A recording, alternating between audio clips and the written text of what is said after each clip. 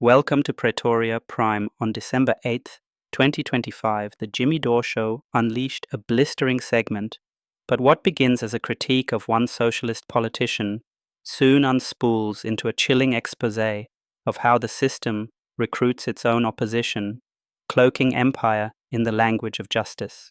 Listen closely. This isn't a petty takedown of one politician. It's an argument about how power survives by pretending to be opposed. Zoran said, "I believe both Nicolas Maduro and Miguel Diaz-Canel are dictators, so he throws them both under the bus. Their administrations have stifled free and fair elections, jailed political opponents, and suppressed the free and fair press. And yet, our federal government's long history of punitive policies toward both countries, including extrajudicial killings of Venezuelans and their continuation of decades-long blockade of Cuba, have only worsened these conditions."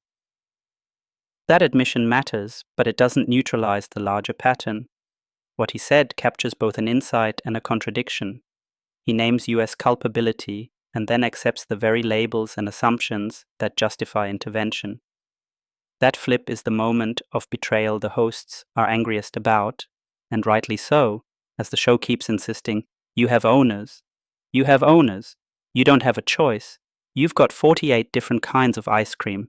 You got two political parties, and they both work for the exact same people." That George Carlin line is central because it explains why a performative left can be far more dangerous to movements than a crude enemy. It manufactures consent while appearing to dismantle it. Gore Vidal said it too.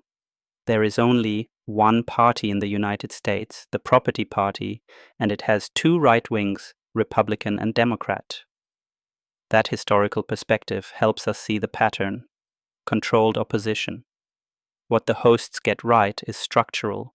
Capitalism is failing ordinary people. Millennials and Gen Z face housing, healthcare, and debt crises. And those material failures explain why socialism has traction. They also correctly point to a real historical record. US sanctions, blockades, and covert operations have repeatedly undermined leftist governments abroad. Where the show is strongest is in naming function. When self-identified democratic socialists echo establishment talking points about foreign dictators, while minimizing how sanctions and interference corrode societies, they do the system's work whether they intend to or not. Where they could have been sharper is in acknowledging complexity inside those targeted countries. Corruption, policy mistakes, and internal contradictions exist and they matter, but that complexity doesn't justify uncritical acceptance of the scripts that empower regime change policy. The hard question remains: why again do respectable left figures default to language that legitimates empire? Who benefits when outrage is dressed up and domesticated?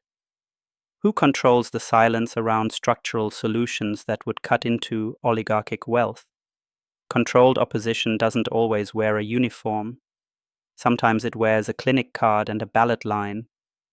The task for anyone who cares about real change is to refuse the aesthetic of radicalism that stops at polite consent, to interrogate who writes the talking points, and to demand practical, structural alternatives rather than fashionable gestures.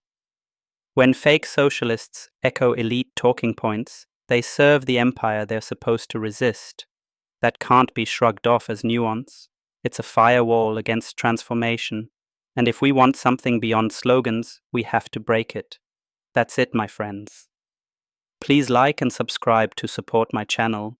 You can find more content on my Spotify and on YouTube under the handle @Praetoria Prime. Until we meet again, this was Scipio Americanus of Praetoria Prime News.